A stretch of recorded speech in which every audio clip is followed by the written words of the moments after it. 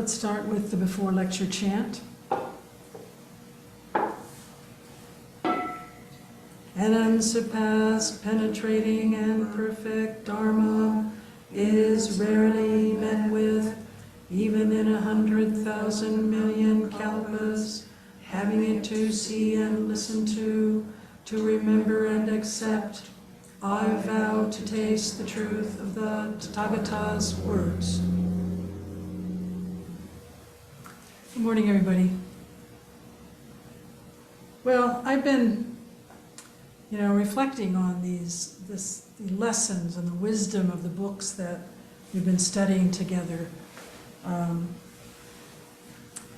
We just finished Standing at the Edge by Roshi Joan, and that book was focused on 5 important qualities, including the 6th, compassion. And as I was thinking about these, the image that was in my mind was you. I was seeing us, our faces here week after week, and just feeling and sensing all the possible qualities and assets that we have access to. And to those we have consciously and unconsciously cultivated as individuals and here as a Sangha. And all of these seeds that Thich Nhat Hanh spoke so often of. Seeds that have always been within us. Granted in various stages of emergence and growth, along with seeds that we might purposefully let die away, such as hatred and greed, or at least try to let die away. And I was seeing images of us, of course, watering and giving life and energy to what supports our compassionate and courageous lives. And I also saw our choosing not to water, not to nurture that which can be harmful to others, to ourselves, and to this very planet. And we're on a continuous journey in our lives of growing and letting go. It's a path of discovering over and over again that which best serves and that which may cause harm and suffering. And we talk a lot about this, of course, and we're talking about how and in what ways we may serve other than ourselves. And in doing so, in this considering, we must necessarily look at what we have to give. Which qualities, assets, skills, experiences, etc., we can bring to the table, what we can serve up, what we have available to us. So as I was pondering these ideas, with all of you in mind, I remembered, as much as I felt, actually, a conversation of nearly a year and a half ago. I was ending the first year of the chaplaincy program at Upaya, and students in the program were assigned a mentor. And we met with, as a small group, we met with our mentor every month, and then we would meet with our mentor individually 4 times a year. So the meeting I'm talking about was actually an individual meeting, but I, along with 5 other chaplaincy students, was assigned to Monshin, Nanette Overlay, whom some of you might know, if you've been involved with Upaya Zen Center, either online or in person. She holds a number of leadership positions at Upaya. But I met Monshin for one of my quarterly one-on-one meetings, and as you already know, this was early 2022. There was a lot going on. Great time of change for me. A lot of uncertainty, questions, and thankfully, really, a result of a much deeper inner practice during this time. And at this particular meeting, I spoke to Monshin about how difficult it was to clearly see a path forward. I was in the middle of the chaplaincy program. I had just started volunteer work in hospice. I had moved to the mountains 3 months earlier with all the changes that can bring. It was a time of change for our Sangha, and a time to find out how I might best serve our Sangha. In other words, I had taken the first steps on a path where 3 important aspects of my life now converged. And I was figuring out what chaplaincy might look like for me. I was figuring out what my new life here in the mountains would look like for me. Would I stay connected with in the same vital ways to the life and the people I had left? And importantly, I struggled to have a clear vision, and sometimes any vision at all, of what my role or roles in the Sangha might be. Interestingly, I wasn't consciously or thoughtfully seeking clarity or anything. I was just feeling and noticing feeling, and I wasn't questioning what was arising in me at all. I just had the sense that I was walking along, sometimes in a slog, on a path that I trusted, but one that was nonetheless very uneven. So I didn't have any sense of this feeling of sure-footedness on this path, but rather this very familiar feeling that we talk about so often in Zen, this groundlessness. But I trusted this path. I couldn't see where it was going, but I trusted the process, the practice, and the journey. So back to Monshin. After we talked for about 15 minutes or so, and it was, of course, me mostly talking, she paused for a moment, and then she said, and I paraphrase this, but she said, Patty, Bernie Glassman Roshi, who was Roshi Jones' teacher, her last teacher, spoke often of what he called the ingredients of our lives. And it may be helpful for you, Patty, now to take a really close look at your ingredients. What are your life ingredients? What's in your life that is at hand in this very moment, available to you in this very moment? Now, some of you, of course, might recognize a reference here to the well-known teaching Instructions to the Cook, the Tenzo Kyokun, by our 13th century ancestor Eihei Dogen. Teachings that have been written about by other very well-known Zen masters as well. In fact, when Linda was Shuso, in the fall of 2021, the text used during practice period was on this topic. These teachings center on the importance of the Tenzo, or the cook, in Zen monasteries specifically. The Tenzo being responsible for the welfare of everyone in the monastery. And we're offered ways to understand how to use all the ingredients of our life with nothing wasted, nothing left out. And Dogen emphasizes that everything has a place.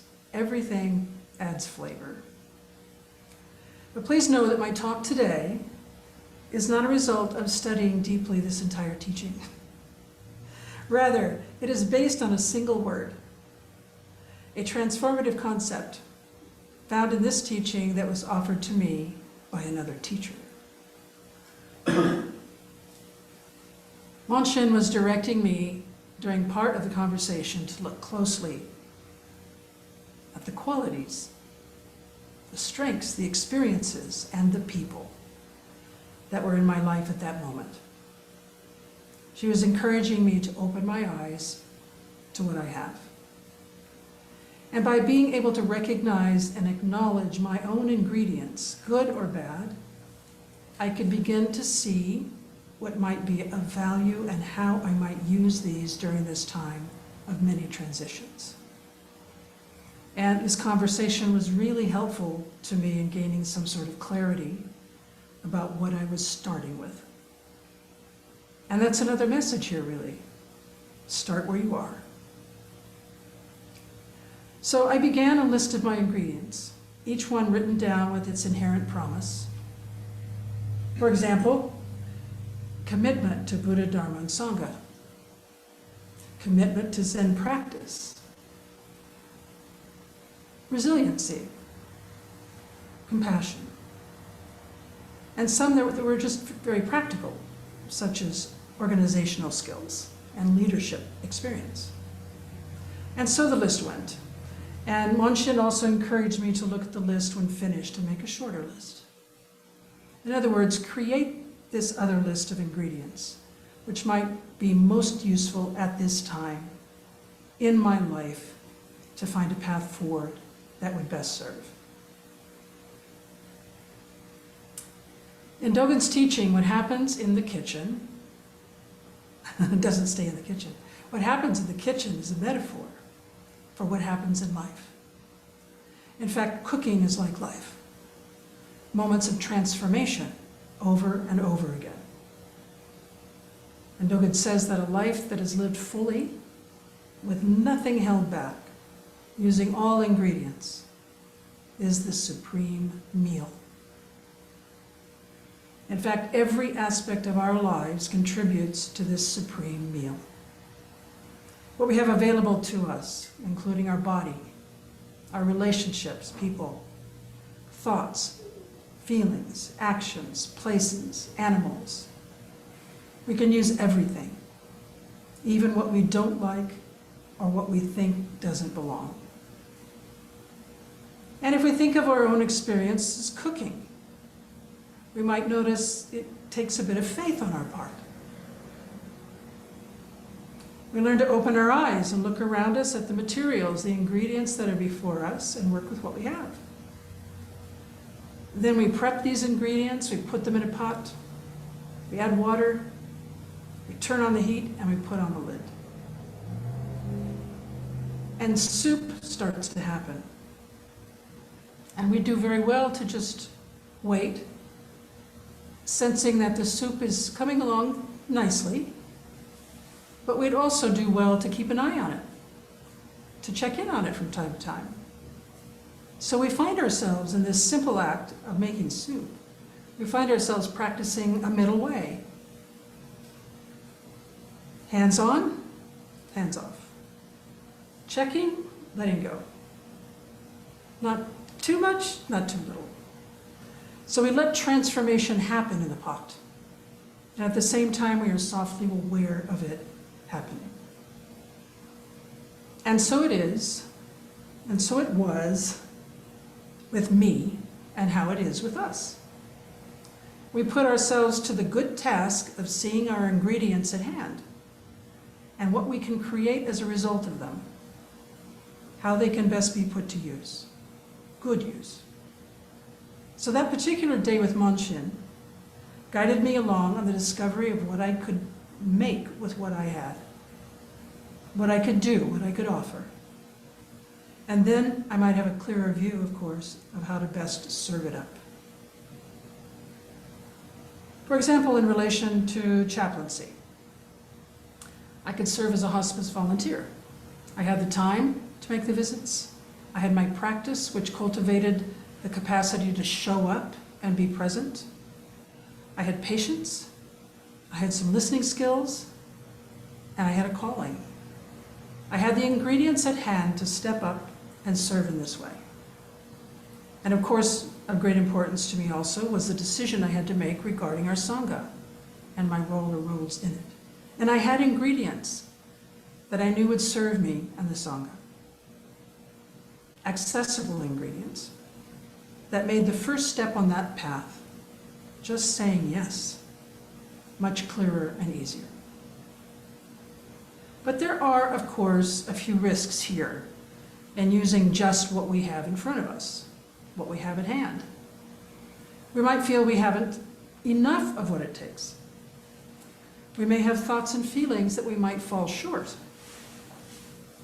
So this advice to just pay attention to what we have at hand and not wait until we have everything we think we might need is actually very helpful and affirming.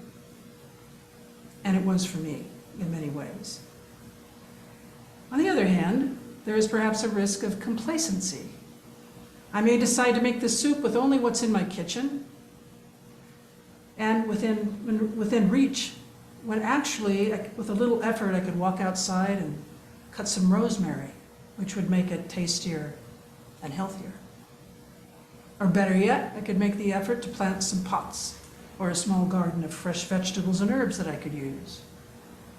So to this prospect of complacency, Roshi Glassman responds, and I quote him, "First, you've got to make the meal with what you have, and then try to get what you don't have. This is what you have. It does not mean that it's enough." So for me, I had this short list of ingredients that I felt could support me in my roles, which importantly, this short list included relationships. Mary Allen, our teacher, and all of you. Actually, us. We are part of my ingredients, and our collective ingredients, and an important part, to be sure. And I am part of your ingredients. And today I encourage us all just to take a fresh look at what we have and what we can bring to our lives and in support of each other in relation to our Sangha, our families, friends, communities, society in general, and the planet. And let's ask ourselves not only what we already have, but let's also ask ourselves what else is needed. Let's be curious and inquire as to what we have that we have not yet brought forth for the greater good, and what we could cultivate and nurture so that we could offer it in support of others, and specifically in support of each other here in the Sangha. And in these ways, we are all tenzos. We are all cooks, taking care of the well-being and the welfare of each other. So I say, let's take all of these precious ingredients that Dogen said. When you look at, I do not quote, I paraphrase, when you look at a piece of rice, see it as if it's one of your own eyes. These precious ingredients, and wholeheartedly make the best meal we can together.